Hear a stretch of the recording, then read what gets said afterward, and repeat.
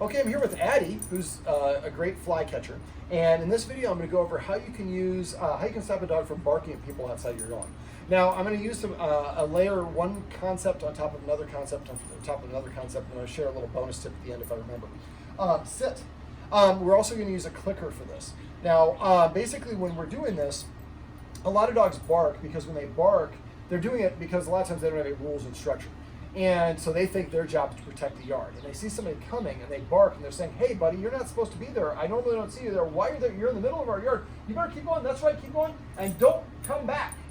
And every time that happens, Addy here thinks that person was coming to invade the house, but because of her due diligence, she barked at them. But what happens when she barked at them? They appeared to leave.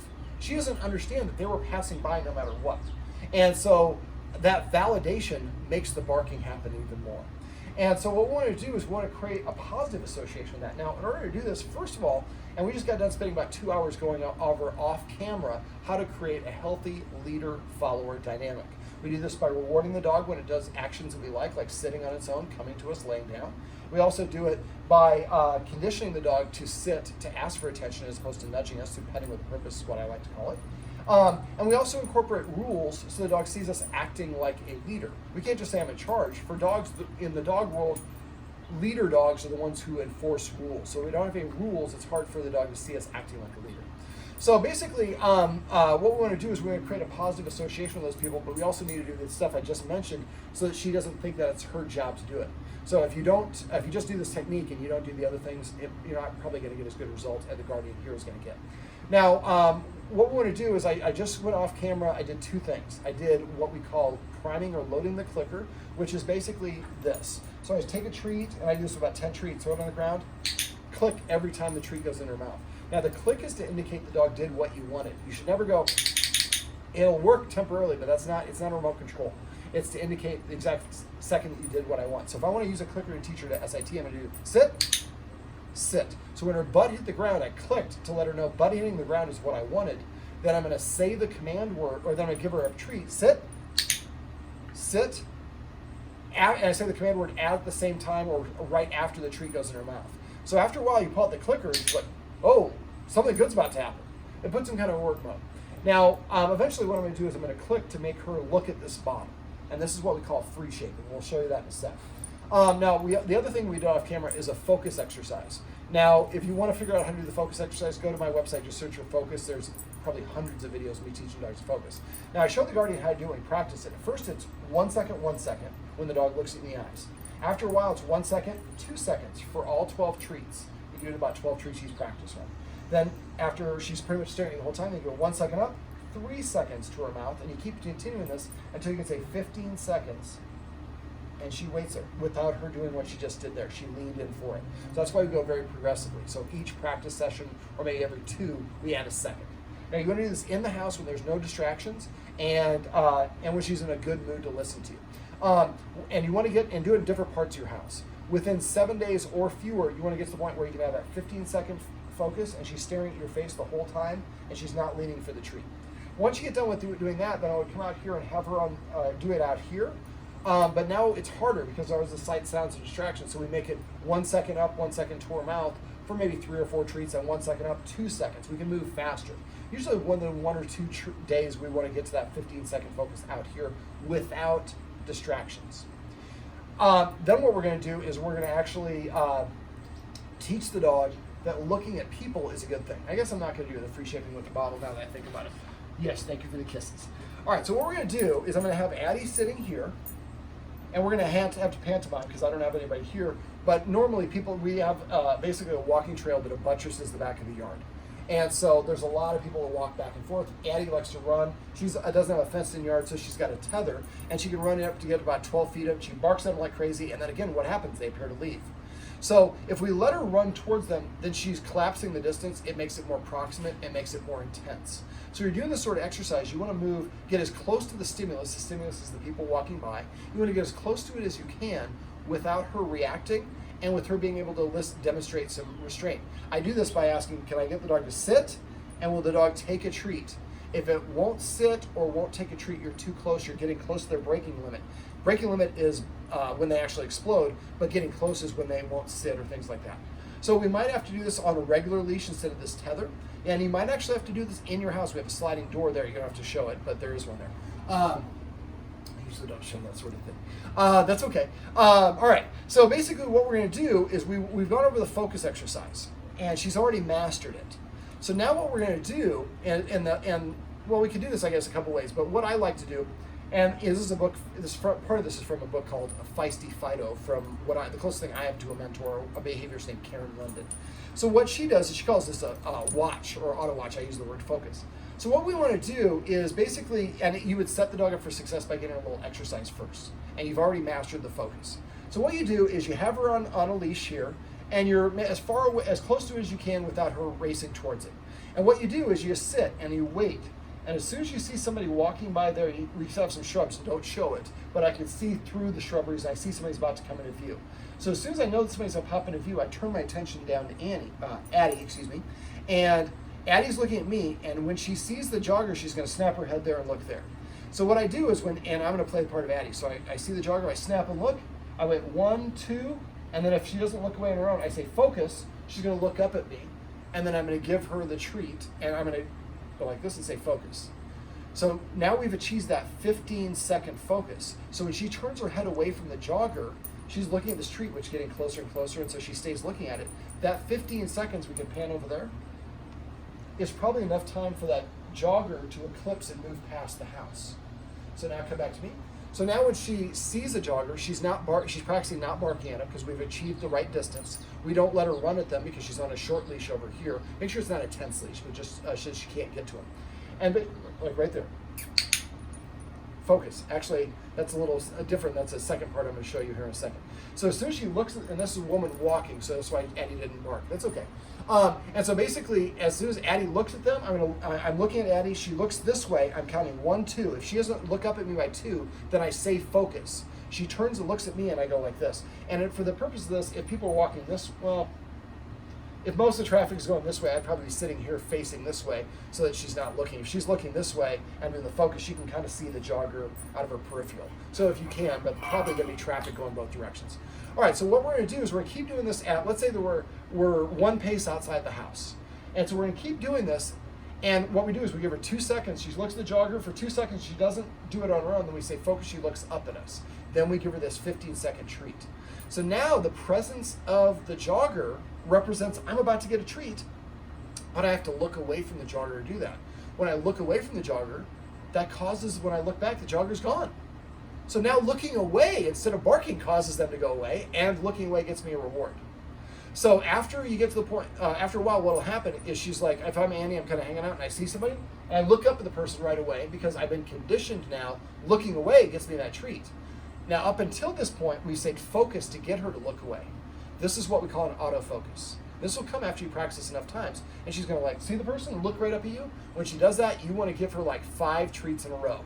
We call this a jackpot. We want to know, what did I just do? Because I got the mother load of treats. I want to make sure I do that again. Now, you don't do that every time, but the first time, a hard threshold, you might give the dog a jackpot. You keep on practicing this until now, when she sees somebody coming, she automatically turns away and looks at you. But we're only 1 step out of the house. Once you get to the point where she's consistently looking away from them, you get 5 people joggers in a row that do that, she looks away, then you take 1 step closer. Now we're 2 steps out of the house, we're closer to that trail. And we practice it again. And we keep doing that until she's just auto looking away from them and looking up at me, and I'm getting that 15-second focus. She looks back and they're gone. So as we progress, we get closer and closer to the fence, and she's more practiced and she's better at the skill set. So after a while, she starts feeling like I said, those people mean I'm about to get a treat. Now I'm going to show you kind of a different version of it. And this is why I said it's going to be a long video. Addie. So what I'm going to do is use some 3 shaping for this. Addie, you've got to come over here. So what I'm going to do is, so Addie doesn't know so every time she looks at the bottle, I'm clicking to let her know that that's the thing I wanted her to do. Now she doesn't know this. This is called free shaping. And usually you would want to do this in a less stimulus-rich environment, like inside, but it's Corona and I talk a lot, so I don't want to I want to not wear a mask when I'm doing this. So she's looking, she's kind of looking, and as soon as she looks at the bottle, I'm going to click again. Now the bottle is going to be a little bit harder because it doesn't move on its own. And dogs' eyes are very attracted to movement. She's thinking about it. She's trying to figure it out. So she gave me a little, but an eye darts in that direction. Now what we're going to do, I'm going to go ahead and I'm going to do it. I'm not going to look at the camera. I'm going to do it if she does. There we go. So she looked at it. Let's come over here, better camera presence, so they can see what you're looking at. There we go. So you want to kind of make it in her purview, but where she has to, it's got to be an intentional act to look at it. Now what we could do is the same principle with people moving. This would be easier with people moving because dog's eyes are naturally attracted to movement. So I do similar to what I talked about earlier. So I'd have her on a leash, make sure you're as close to the trail as you can, but she'll take the treat and sit. Then what I do, as soon as she looks up at the person, I click. That causes her to look. So let's come around here, Addie. Come here, sweetheart. Let's demonstrate this so people can see it on camera. We'll get that one. All right, Addie. Come here. Sit. Sit. So so now see, she turned away from it. So if there's somebody coming by, I'm going to have treats in my hand. I'm just going to wait. So the jogger's going to appear. It's going to make her naturally turn her head and look that way. As soon as she looks at them, I click to let her know that's the action I wanted. And then that causes her to turn her head away from me. And then I'm going to give her the treat, but I'm going to assign a command word. Friendly, pal, amigo, bud, whatever you want to say. So that means looking at the person gets me a treat.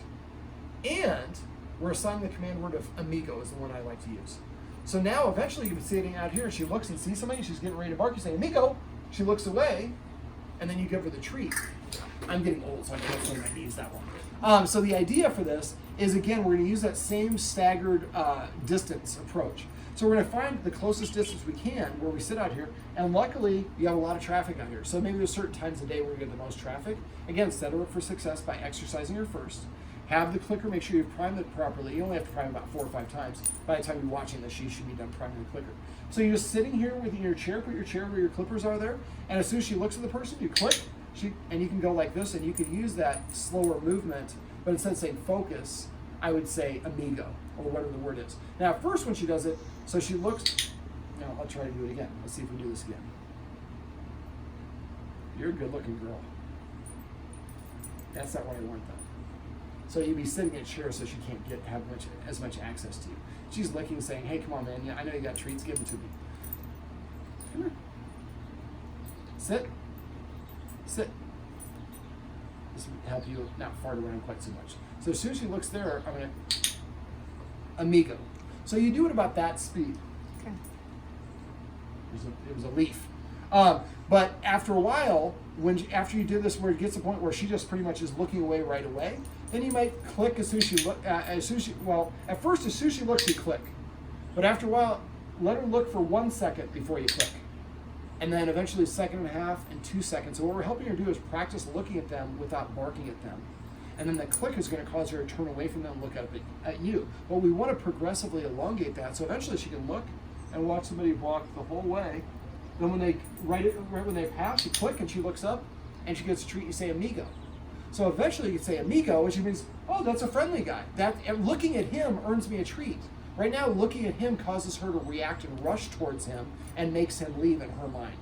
Now she's content to sit here, watch them, and watch them go the whole way. But the same principle applies. We're going to start right outside the door.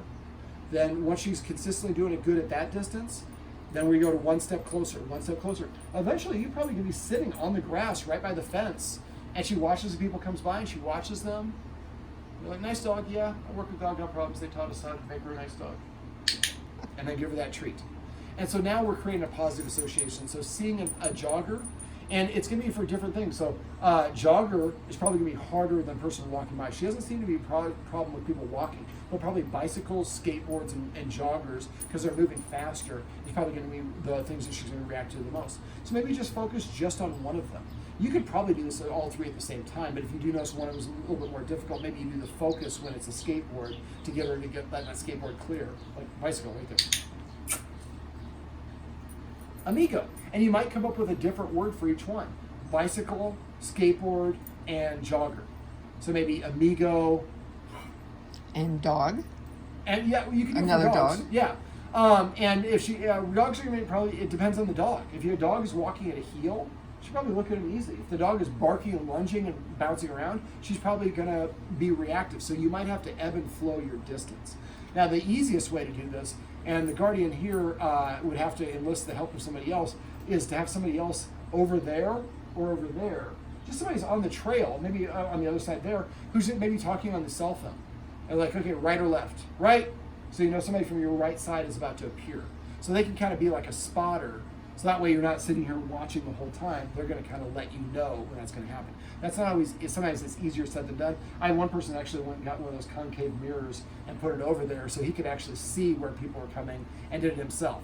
But in either case, what we want to do is create a positive or classically conditioned response. And when I see people, it's actually a good thing. And looking away from them is a good thing.